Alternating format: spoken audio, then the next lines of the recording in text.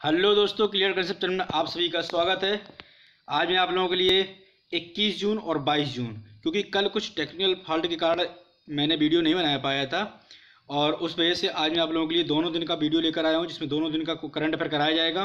और ये बहुत ज़्यादा इंपॉर्टेंट सेशन है, क्योंकि इसमें जो भी आज के क्वेश्चन मैंने कल के उठाए हुए हैं वो बहुत ज़्यादा इंपॉर्टेंट है आप लोगों के लिए, इसलिए अंत तक देखना है और बहुत ज़्यादा आप लोगों के लिए परीक्षा के पॉइंट ऑफ व्यू से इंपॉर्टेंट है ये। ठीक दोस्तों, क्लास स्टार्ट करते हैं। और पहला क्वेश्चन है, ईरान में राष्ट्रपति पद के चुनाव में कट्टरपंथी न्यायपाल का प्रमुख इब्राहिम राइसी की जीत हुई। दोस्तों क्या है पूरा मसला, इसके बारे में हम लोग समझते हैं। दोस्तों जिनको आप ये देख रहे हैं इनका नाम है इब्राहिम राइसी। ये क्या हुआ है, अभी राष्ट्रपति का चुनाव हुआ था ईरान में और इनको चुन लिया गया है। अब मेरे लिए इंपॉर्टेंट क्यों हो जाता है कि मुझे इसके बारे में पूरा पता करना है, किस तरीके से इनको चुना गया है, वहाँ की चुनाव प्रणाली क्या है, ये हम लोगों को पता करना है। दोस्तों इसमें मैं 3 नाम आप लोगों को लिखना चाहूँगा। एक रूहानी, कौन सा, रूहानी, ठीक है ना दोस्तों, एक है रूहानी और एक आपको कौन सा, राइसी, एक राइसी और एक में नाम बहुत ज़्यादा इंपॉर्टेंट खुमैनी, ठीक है ना, एक नाम खुमैनी। ये मैं 3 नाम लिखना चाहूँगा, ठीक है। अब इनके बारे में हम लोग चर्चा करते हैं किस तरीके से यहाँ पर चुनाव। तो 3 नाम आपने सोच लिए, एक तो रूहानी, राइसी और खुमैनी। ये ईरान में सबसे प्रमुख 3 नाम है। सबसे पहले मैं रूहानी की बात करूं, हसन रूहानी, आपने सुना भी होगा। अभी जो वर्तमान काल में अभी जो राष्ट्रपति हैं, क्योंकि अभी ये जीते हुए हैं, इनका कार्यकाल अभी 1 महीने बाद मिलेगा इनको, तो जो पहले अभी चाहे अभी वर्तमान जो राष्ट्रपति वहाँ के वो हसन रूहानी जी है। कौन है, हसन रूहानी, जो 2013 से लेके और 2021 तक इन्होंने यहाँ पर राष्ट्रपति का भार संभाला था। क्योंकि वहाँ पर जिस तरीके से अमेरिका में ना 4 साल के लिए होता है, 4 साल के लिए ये भी रह सकते हैं, लेकिन अमेरिका में जिस तरीके से है कि एक राष्ट्रपति जो है वो मात्र 2 बार चुनाव लड़ सकता है, उसी प्रकार यहाँ पर भी ईरान में है कि एक जो बंदा है वो 2 बार चुनाव लड़ सकता है। तो हसन रूहानी का दोनों कार्यकाल पूरे हो चुके हैं। 2013 में ये लड़े थे, 2013 से ये 17 में चुनाव हुआ था 2021, और दोनों ये अपनी पूरी कर चुके हैं 4 साल के लिए वहाँ पर चुनाव होता है। ठीक दोस्तों, ये रही बात वहाँ की। अब बात करते हैं, जैसे अपने यहाँ की संसद है, वहाँ की संसद को क्या बोला जाता है, मजलिस। क्या बोला जाता है, मजलिस बोला जाता है। ये भी आप लोगों के लिए परीक्षा पॉइंट ऑफ व्यू से इंपॉर्टेंट क्योंकि आ जाता है। क्या है, मजलिस। कितने मेंबर वहाँ पर, 290 मेंबर। कितने हैं, 290 मेंबर है वहाँ पर, किसमें, मजलिस में, ठीक है ना। जिस तरीके से अपनी सांसद है उस तरीके से वहाँ पर मजलिस है। अब होता क्या है कि वहाँ पर कौन सा सबसे ज़्यादा जो आबादी है वो सिया बहुल है। जो सिया मुस्लिम होते हैं, 2 तरीके मुस्लिम होते हैं, एक सिया एक सुन्नी। तो सिया जो मुस्लिम है वहाँ पर सबसे ज़्यादा पाए जाते हैं। ठीक है दोस्तों, अब यहाँ पर सबसे पहले तो ये होता है कि यहाँ पर तय किया जाता है, क्या तय किया जाता है कि कौन राष्ट्रपति चुनाव लड़ेगा। जैसे अपने यहाँ कोई भी राष्ट्रपति चुनाव लड़ सकता है, ठीक है ना। तो अब उसमें कुछ कंडीशन है, 35 साल से ऊपर, इस तरीके से पूरी कंडीशन रखी गई, दिवालिया ना हो, पागल ना हो, इस तरीके से। लेकिन वहाँ पर क्या है, यहाँ पर एक काउंसिल होती है, इसको बोला जाता है गार्जियन काउंसिल। गार्जियन काउंसिल ये तय करती है कि कौन चुनाव में खड़ा होगा, कौन चुनाव लड़ेगा। ठीक है दोस्तों, अब गार्जियन काउंसिल क्या होती है, तो गार्जियन काउंसिल में क्या होता है, गार्जियन काउंसिल में 12 मेंबर होते हैं। कौन होते हैं, 12 मेंबर होते हैं। उन 12 मेंबर में क्या होता है, 6 जो होते हैं 6 सुप्रीम कोर्ट से होते हैं। क्या होता है, 12 मेंबर में 6 जो होते हैं वो सुप्रीम कोर्ट के होते हैं, ठीक है ना। और 6 मेंबर जो होते हैं वो सबसे बड़े धार्मिक नेता होते हैं। क्या होते हैं, सबसे बड़े धार्मिक नेता होते हैं, ठीक है ना। अब ये गार्जियन काउंसिल का हेड कौन होता है, गार्जियन काउंसिल कौन बनाता है, तो इसमें एक होता है सुप्रीम लीडर। क्या होता है, इसमें एक सुप्रीम लीडर होता है, और वह सुप्रीम लीडर ये तय करता है एक्चुअली कि यहाँ पर राष्ट्रपति का चुनाव कौन लड़ेगा। अब ये सुप्रीम लीडर कौन होता है, ये एक धार्मिक नेता होता है, जो अपने आप को, जिस तरीके से ये माना जाता है जो मोहम्मद पैगंबर थे उनके बाद ये अपने आप को मानते हैं, ठीक है ना। जो राष्ट्रपति से भी ताकतवर होता है, ईरान में राष्ट्रपति से भी ताकतवर होता है सुप्रीम लीडर। और वो सुप्रीम लीडर कौन है भाई, वही जो मैं आपको नाम बता रहा था अभी, खुमैनी। कौन? खुमैनी जो है वो सुप्रीम लीडर है, ये एक धार्मिक नेता है। इन्हीं को वहाँ पर सुप्रीम लीडर, जिनको राष्ट्रपति से ही ज़्यादा पावर है। भाई जब राष्ट्रपति लड़ रहा है, राष्ट्रपति को चुनने के लिए वो करते हैं, तो इस तरीके से ये करते हैं, ठीक है ना। अब मैं आपको बता दूं किनके बारे में, पहले इनके बारे में। इब्राहिम राइसी कौन है दोस्तों? वर्तमान में इब्राहिम राइसी जो है वो वहाँ पर, कहाँ पर, ईरान में, जैसे अपनी सुप्रीम कोर्ट है, वहाँ की सुप्रीम कोर्ट में ये चीफ जस्टिस ऑफ ईरान है। क्या है? चीफ जस्टिस ऑफ ईरान, मतलब कि मुख्य न्यायाधीश हैं। कहाँ के? ईरान के मुख्य न्यायाधीश हैं। ठीक दोस्तों, अब मैं आपको याद दिला दूँ इनको क्यों चुना गया है। क्योंकि ईरान में क्या होता है, 10 लोग खड़े हुए थे, जिसमें क्या हुआ, 5 लोगों को तो हटा दिया गया है। उसके बाद 5 लोग रह गए थे, 5 लोगों में 2 लोगों को और बैठा दिया गया है, फिर 3 लोग चुनाव में रह गए थे, ठीक है, जिसमें इनको जीत हासिल की है। समझ लो कि टोटल जो वोटिंग थी वो मात्र 48.8% वोटिंग गिरी वहाँ पर। पिछला जो चुनाव हुआ था हसन रूहानी के में, उस चुनाव में 75% से प्लस पे वोटिंग गिरी थी, 75.5%। और अभी 48, उसमें भी इनको मिले कितने? 64% वोट। कितने मिले हैं? 64% वोट मिले हैं। लेकिन वहाँ पर क्या होता है, सुप्रीम लीडर जो जिसको चुनता है वही राष्ट्रपति जो होता है उसी के लिए खड़ा होता है, उसको पब्लिक जो चुनेगी उन्हीं में से होता है।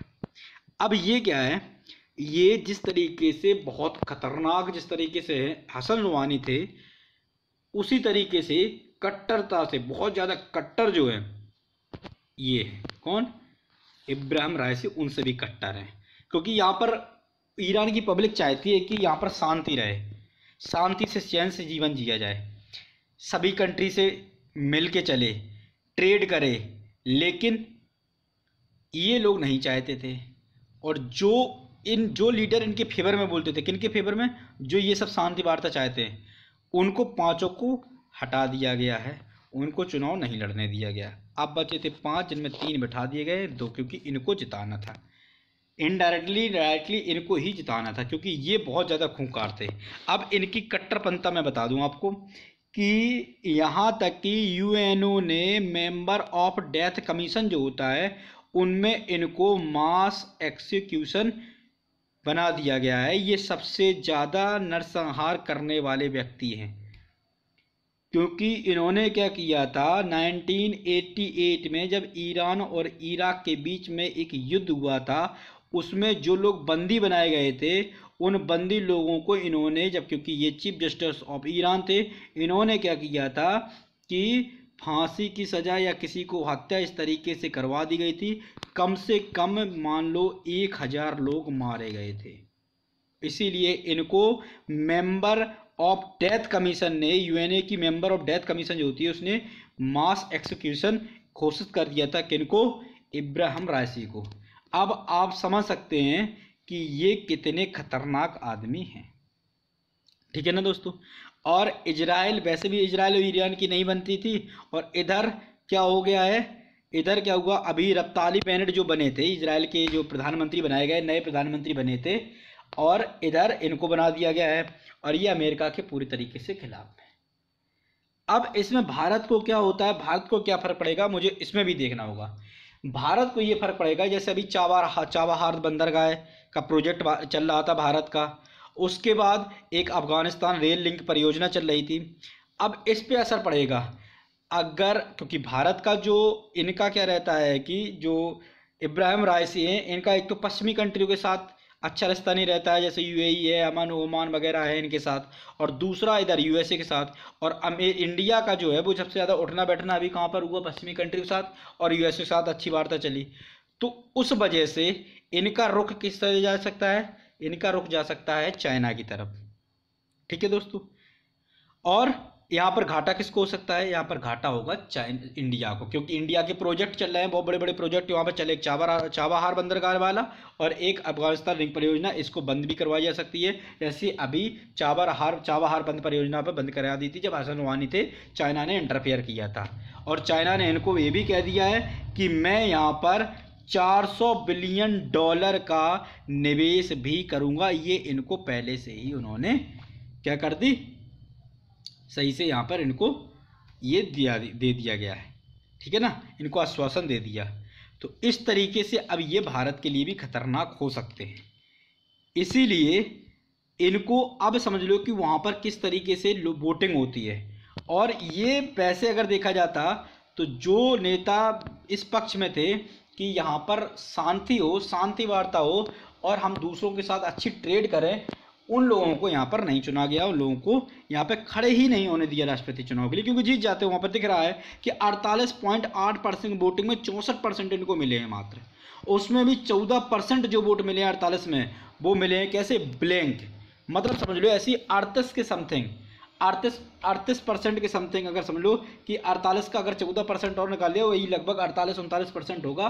48-39% मात्र वोटिंग में इनको मिले हैं 64% वोट। इससे आप समझ सकते हैं, अंदाजा लगा सकते हैं, ठीक है ना। तो यहाँ पर इस तरीके से चुना जाता है। तो हसन रूहानी पूर्व राष्ट्रपति हैं, सुप्रीम लीडर खुमैनी हैं, और अभी जो राष्ट्रपति चुने गए हैं वो चुने गए इब्राहिम राइसी।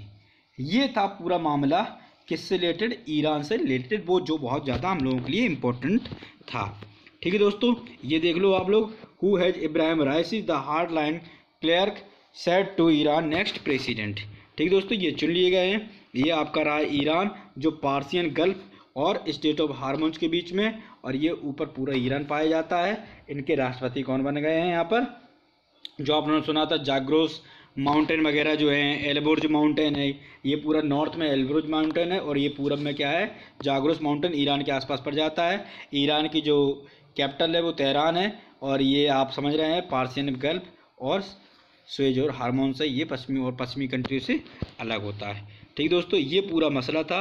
ठीक है दोस्तों, ये बहुत समय से जज बने हुए, जब मैं बताया तो 1988 का इन्होंने निर्णय दिया था। लॉन्ग टाइम से जज है, करंट में चीफ जस्टिस ऑफ इंडिया है। ठीक है दोस्तों, तो इस तरीके से इन्होंने, ये देखो मैंने बताया था जो proposed link to mass execution in 1988 में जो ईरान और इराक के बीच में युद्ध हुआ था। ठीक है दोस्तों, तो ये चुने जा चुके हैं। ये मैंने बता दिया आपको कि किस तरीके से वहाँ पर प्रक्रिया होती है। तो ये 4 साल में चुनाव होते हैं। एक व्यक्ति 2 बार से ज़्यादा चुनाव नहीं लड़ सकता। चुनाव लड़ने के लिए आवेदन करना होगा। गार्जियन काउंसिल जो होती है वो शॉर्ट लिस्टेड करती है। चीफ ऑफ गार्जियन सर्वोच्च धर्मगुरु होता है, जो मैंने अभी खुमैनी को बताया आपको। जीतने वाले को 50% ज़्यादा वोट चाहिए। ऐसा नहीं होने पर टॉप 2 में मुकाबला किया जाएगा।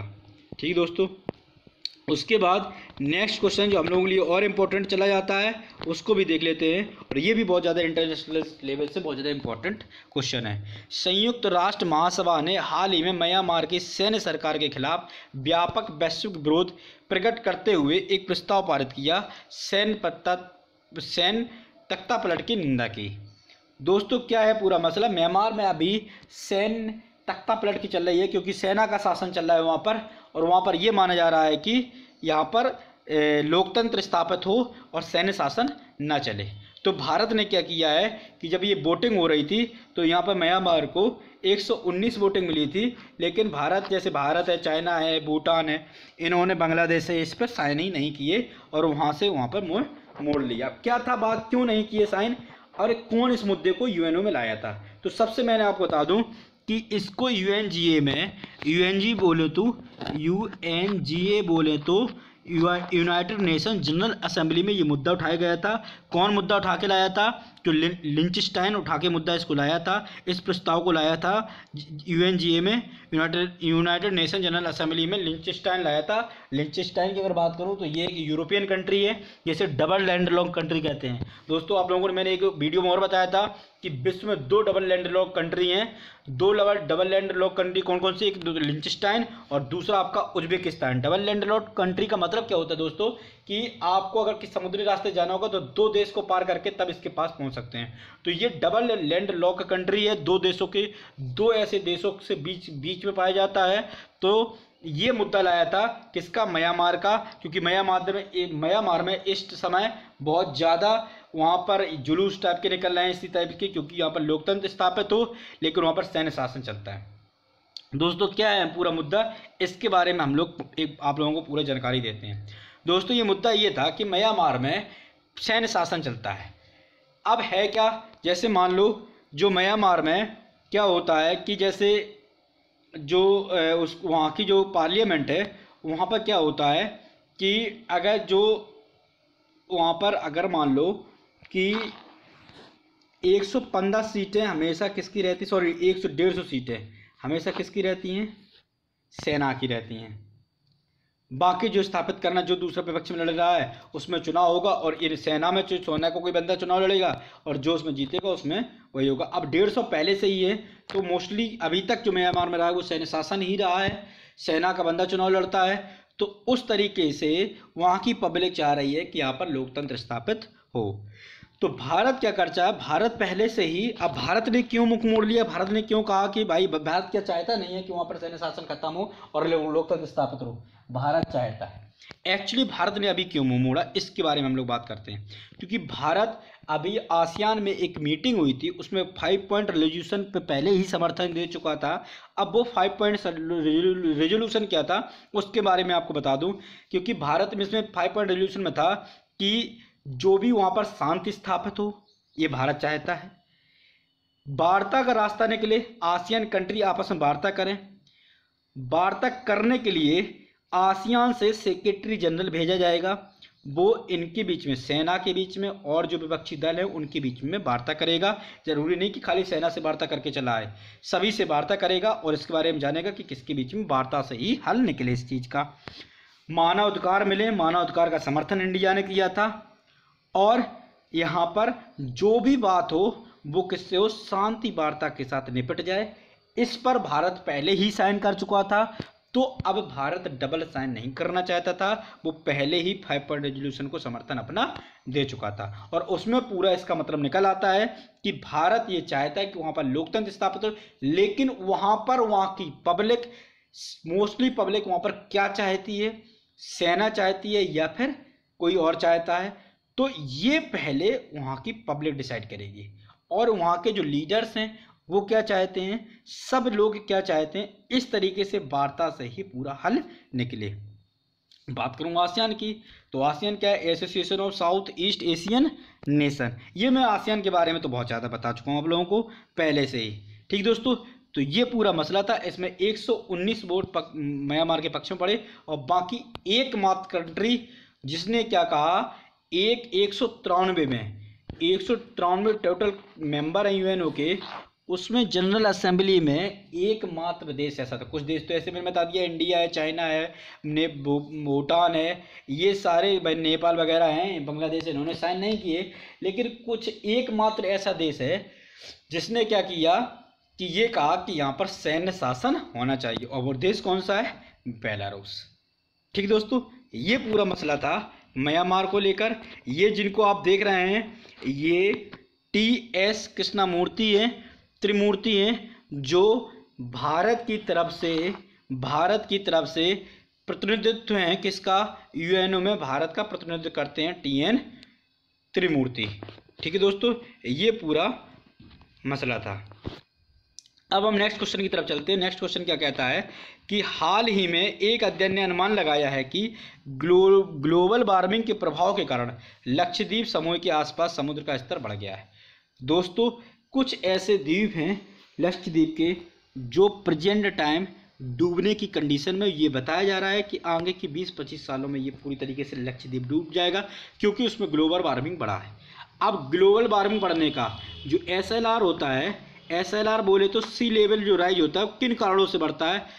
पहला, थर्मल एक्सपेंशन।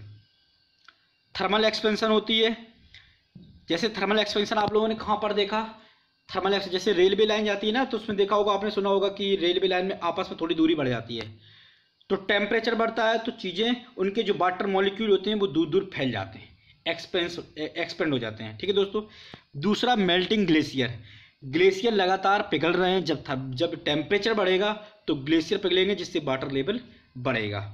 और तीसरा जो है वो क्या कह रहा है कि ग्रीनलैंड और अंटार्कटिका पूरी तरीके से ये भी पिघलना शुरू हो गए हैं। मतलब ये माना जा रहा है लगभग 0.5 मिलीमीटर जो है वो पर ईयर के हिसाब से जो सी लेवल होगा वो इंक्रीज होगा। ठीक दोस्तों, इसीलिए ग्लोबल वार्मिंग को बढ़ते हुए अभी 2015 में एक पेरिस समझौता हुआ था, पेरिस क्लाइमेट डील हुई थी, और इसमें सभी देशों ने ये सहमति बताई थी कि ग्लोबल वार्मिंग को रोकने के लिए हम कुछ कदम उठाएंगे। ये सभी ने सहमति उठाई थी। 2025 तक इंडिया ने कह दिया था कि मैं ग्लोबल वार्मिंग को कम करूंगा। चाइना ने 2030 तक के लिए कह दिया था, जिसको नाम दिया गया था COP21। ये पेरिस में एक डील हुई थी जो COP21 के नाम से जानी जाती है। ठीक है दोस्तों, तो ये 2015 में यही किसी लिए क्योंकि ये बहुत ज़्यादा खतरे में है। दोस्तों जो आपने सुना होगा मिनिकॉय का 70% समथिंग और लक्षद्वीप का कम से कम 60 से 70% हिस्सा जो है वो ऑलरेडी डूब चुका है पानी में। ठीक है दोस्तों, तो ये कुछ आइलैंड जो हैं, क्योंकि जो लक्षद्वीप है वो टोटल 36 आइलैंड से मिलकर बना है। कितने आइलैंड से? 36 आइलैंड से मिलकर बना है। उनमें से कुछ आइलैंड का 40 से 50, किसी का 60 से 70% हिस्सा डूब चुका है। तो ऐसा अनुमान लगाया जा रहा है कि ये डूबने की कगार पर है। ये पूरा मुद्दा था। ठीक है दोस्तों, अब ये देख रहे हैं आप लोग इस तरीके से। और नेक्स्ट क्वेश्चन है कि MOTA and NCERT join hand of NISHTHA capacity building programme. एक प्रोग्राम चलाया गया है निस्ता कैपेसिटी के द्वारा। अब निस्ता क्या है? तो नेशनल, ये आप लोग देख सकते हैं, national initiative for school head teacher holistic advancement है। ये एक प्रोग्राम चलाया गया है निस्ता। और एक क्या है, जनजातीय मामलों के मंत्रालय और NCERT जो है उसने एक एकलव्य मॉडल जो था, जो एकलव्य मॉडल पर एक आवासीय विद्यालय चलाए गए थे, जवाहर नवोदय विद्यालय। मैं ही जवाहर नवोदय विद्यालय में पढ़ा लिखा हूँ। और एक ऐसे ही उसके जवाहर JNV जो है उसके तर्ज पर एक एकलव्य मॉडल जो चला गया था, आवासीय विद्यालय चलाए गए थे। उसको मतलब कि एक दृष्टिकोण से एक उद्देश्य ये किया गया है कि निष्ठा योजना शिक्षा प्रसारण अभियान चलाया गया है और ये अभियान बच्चों के लिए पढ़ने के लिए चलाया गया है। ठीक है दोस्तों, जो जनजातीय मंत्रालय है उसने पार्टनरशिप की है किसके साथ? NCERT के साथ, और ये निस्ता अभियान चलाया है। ठीक है दोस्तों, इसके बारे में क्या बता दूं मैं आपको कि इसका जो अर्थ होता है, स्कूल प्रमुख और शिक्षक की समग्र उन्नति के लिए राष्ट्रीय पहल कार्यक्रम चलाया गया है, जिसमें पूरी समग्र शिक्षकों के लिए उसकी उन्नति के लिए, ठीक है ना, जो स्कूल में पढ़ाई हो, अच्छे लेवल की पढ़ाई हो, उसके लिए ये पूरा एक प्रोग्राम चलाया गया है। ठीक है दोस्तों, ये आप लोगों के लिए ज़रूरी था। ठीक है दोस्तों, मोटो इसका मैं बता दूं किसका, NCERT के बारे में जान लो। तो ये 1961 में स्टेबलाइज हुई थी। ठीक है, रमेश पोखरियाल जो है minister of education, minister and director कौन है? हरसिंह केस। ठीक है ना। और दोस्तों ये इसका जो मोटो है वो समझ लो, life eternal through learning. NCERT जो है national council for education research and training.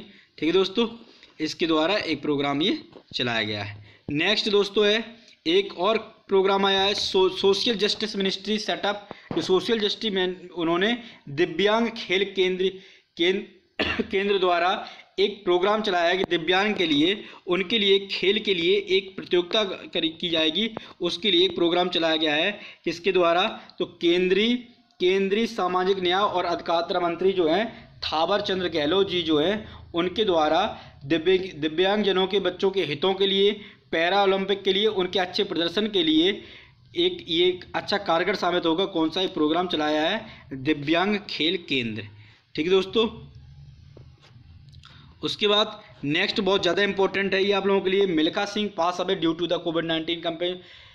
तो ये दोस्तों मिल्खा सिंह जी जो हैं, जो फ्लाइंग सिख के नाम से जाने जाते थे, ये इनकी अभी डेथ हो गई कोविड-19 की वजह से, जिनके लिए बहुत ज़्यादा इम्पोर्टेंट अपने कंट्री के लिए हैं, क्योंकि ये ऐसे कोई खेल नहीं बचे हैं जिन्होंने ओलंपिक के लिए पहले भी ये खेले थे। जो कॉमनवेल्थ गेम है उनके लिए पहली बार इंडिया के लिए खेले गए थे, और एक बार और कई बार ये मेडल अपने लिए ला चुके देश के लिए। ठीक है दोस्तों, तो ये बहुत ज़्यादा इम्पोर्टेंट है मिल्खा सिंह। इनके लिए नवंबर 1929 में ये पैदा हुए थे और 2021 में जून में इनकी डेथ हो गई। दोस्तों ये बहुत ज़्यादा शौक की खबर इंडिया के लिए। तो ये फ्लाइंग सिख की इनको उपाधि दी गई थी पाकिस्तान के प्रधानमंत्री के द्वारा। ठीक है दोस्तों, नेक्स्ट क्वेश्चन बहुत ज़्यादा इम्पोर्टेंट है। India navy and European naval force hold joint first time exercise हो रही है किसके बीच में? जो यूरोपियन नेवल फोर्स है उसके बीच में और इंडियन नेवी के बीच में ये पहली बार हो रहा है। हो कहाँ रहा है दोस्तों? जो मैंने अभी आपको दिखाया था, जो ये ईरान वाला पार्ट जो पार्शियन गल्फ है और अदन की खाड़ी है, जो अदन की खाड़ी के पास में ये हो रहा, क्योंकि ये बहुत अशांति वाला क्षेत्रफल है, अशांति वाला एरिया है, उसी में ये पूरा एक्सरसाइज हो रही है दोनों देशों के बीच में, जिसको ये कहा गया है इंडियन नेवी और ये नेव फोर कहा जाता है इसको, और यूरोपियन यूनियन नेवल फोर्स जो है उसके बीच में जॉइंट एक्सरसाइज चल रही है। ठीक दोस्तों, जिसको जो बोला यूरोपियन संघ की जो नौसेना बल है उसको क्या बोला जाता है, यू नेव फोर। ठीक दोस्तों, ये आप लोग देख सकते हैं। उसके बाद नेक्स्ट क्वेश्चन है कि अभी हाल ही में तमिलनाडु में चुनाव हुआ था, तो तमिलनाडु में चुनाव में क्या हुआ कि जो वहाँ के तमिलनाडु के जो जो सीएम बने हुए हैं, उन्होंने क्या किया है, सीएम ने, कि ये एम के स्टेलिन है, वो तमिलनाडु के सीएम बने हैं। उन्होंने एक, जैसे केंद्र सरकार की आर्थिक सलाहकार होती है ना प्रधानमंत्री की, जैसे प्रधानमंत्री की जो आर्थिक सलाहकार होती है, उसी प्रकार इन्होंने भी आर्थिक सलाहकार, अपनी एक आर्थिक सलाहकार परिषद बनाई हुई है। उस परिषद में बहुत दिग्गज लोग रखे हैं, उससे आप हैरान हो जाएंगे, इतनी तो तगड़ी प्रधानमंत्री मोदी जी की आर्थिक सलाहकार परिषद नहीं है जितनी थी इन्होंने अपनी की है। रघुराम राजन, इनसे तो आप परे नहीं होंगे, जानते होंगे इनको। ठीक है, ईस्टर डुल्फो, ठीक है, सुब्रमण्यम, और ये जितने भी डेलजे वगैरह हैं, इनको इन्होंने अपनी आर्थिक सलाहकार में रखा हुआ है। अगर मैं बात करूं प्रधानमंत्री की आर्थिक सलाहकार की, तो इनमें कौन कौन से हैं, सुरजीत भल्ला जी हैं जो आपने सुना होगा, एक विवेक देवराय हैं जो नीति आयोग में भी सदस्य हैं, विवेक देवराय इसके अध्यक्ष हैं। आर्थिक सलाहकार परिषद जो प्रधानमंत्री की केंद्रीय आर्थिक सलाहकार परिषद के अध्यक्ष हैं, कौन, विवेक देवराय। एम के स्टेलिन जो तमिलनाडु बने थे, उन्होंने अपनी बनाई थी, और इसमें जो हैं रतन बाटल, ठीक है, बेताल और असीमा गोयल, ठीक है ना, सुरजीत भल्ला और रतन रॉय, ये किस में है, प्रधानमंत्री की आर्थिक सलाहकार में 5 व्यक्ति हैं, और इन्होंने 5 व्यक्ति चुने हैं। ठीक है दोस्तों, तो ये आर्थिक सलाहकार चुनी गई है, इसमें रघुराम राजन को भी चुना गया है। ठीक है दोस्तों, नेक्स्ट क्वेश्चन की बात करूं तो इंडो अमेरिकन केमिस्ट सुष्मिता मित्रा हैं, उनको यूरोपियन इन्वेंटर अवार्ड से सम्मानित किया गया है। किसको, सुष्मिता मित्रा को। ठीक है दोस्तों, तो ये भी आप लोगों के लिए इम्पोर्टेंट है, ये भारत के लिए प्रेस्टीज की बात है, ये एक सम्मान की बात है कि जो सुष्मिता मित्रा हैं, इन्होंने यूरोपियन इन्वेंटर अवार्ड 2021 हासिल किया है। ठीक दोस्तों, नेक्स्ट क्वेश्चन पे चलते हैं हम लोग, और नेक्स्ट क्वेश्चन है 2021 land award winner family forestry, जो 2021 का लैंड फॉर लाइफ अवार्ड जो जीता है, वो किसने जीता है, तो फैमिलियल फॉरेस्ट्री ने जीता है। फैमिलियल फॉरेस्ट्री जो है वो इंडिया में जो ट्री प्लांटिंग वगैरह करती है एजुकेशन के बारे में, उसने जीता है ये। ठीक दोस्तों, ये आप लोग देख सकते हो उसके बारे में। इसकी जो थीम है वो कौन सी है, हेल्दी। इसके बारे में भी आपको बताता हूँ, थोड़ा प्रॉब्लम आ गई थी नीचे। ठीक दोस्तों, उसके बारे में भी हम लोग पहुँचते हैं। इसकी जो थीम है वो क्या है, हेल्दी लाइफ्स। ठीक है ना, लैंड फॉर लाइफ अवार्ड 2021। ठीक है दोस्तों, ये थीम थी, मैंने बता ही दिया किसने जीता है। इसके बाद नेक्स्ट चलते हैं, ये कहाँ पर, फैमिली राजस्थान इंडिया में है। उसके बाद चलते हैं तो नेक्स्ट क्वेश्चन की तरफ। बिहार गवर्नमेंट ने एक योजना चलाई है, मुख्यमंत्री उद्यमी योजना चलाई है वुमेन यूथ के लिए। जितनी भी वुमेन युवा और वुमेन है उनके लिए एक योजना चलाई गई है, कौन सी, मुख्यमंत्री उद्यमी योजना।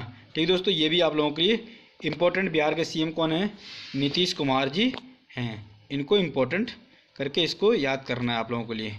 ठीक है दोस्तों, उसके बाद नेक्स्ट क्वेश्चन की तरफ बढ़ते हैं, और नेक्स्ट जो क्वेश्चन है आप लोगों के लिए, अभी यूनाइटेड नेशन के द्वारा वर्ल्ड योगा डे मनाया गया है।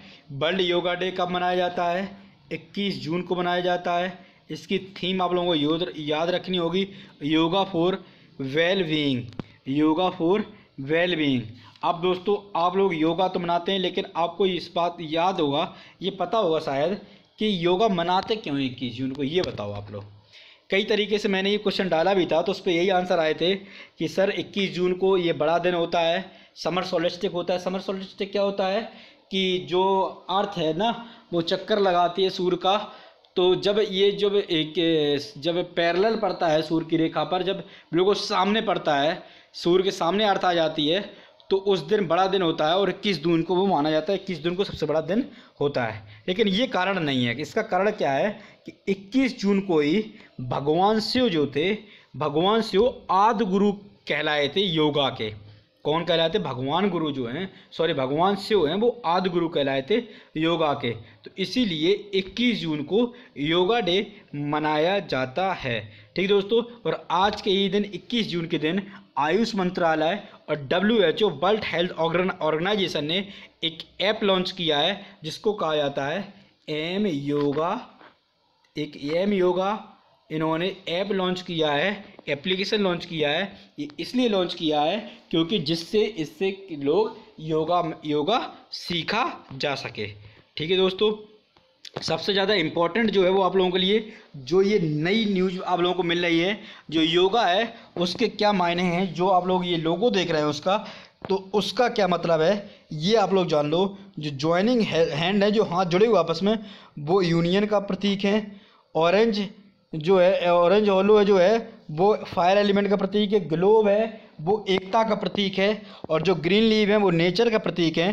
ब्राउन लीव जो है वो अर्थ का प्रतीक है। और जो ब्लू ह्यूमन आर्ट बनी है, जो मानव की पूरी प्रतिमा बनी हुई है, इसमें ये बताया जाता है कि अर्थ पर वाटर है, वाटर इन बॉडी। ठीक है दोस्तों। ये योगा के लिए बनाया गया, जो आप लोगों की इम्पोर्टेंट है और ये बहुत ज़्यादा इम्पोर्टेंट है, इसलिए आप लोग इसको याद कर लीजिएगा। ठीक है दोस्तों। ये इंटरनेशनल क्या है, फाइनेंशियल इंस्टीट्यूशन है कुछ इस तरीके से। ये मैं उससे उठा के लाता हूँ आप लोगों के लिए, न्यूज़ जो इम्पोर्टेंट होती है वो आप लोगों के लिए करा देता हूँ। ठीक है दोस्तों।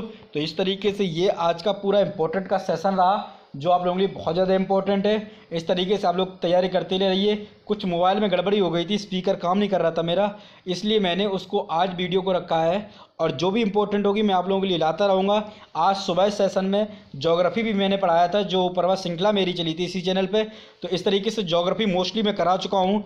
10th का मैथ भी चल रहा है अभी पैरेलल में, तो आप लोग मेरे साथ जुड़े रहिए। और अगर आपको एक भी क्वेश्चन मेरा अच्छा लगे, एक भी तरीका अच्छा पढ़ाने लगे, तो प्लीज़ लाइक करिए, सब्सक्राइब जरूर करते रहिए, दोस्तों को शेयर करिए, उनके पास भी जानकारी मिल सके।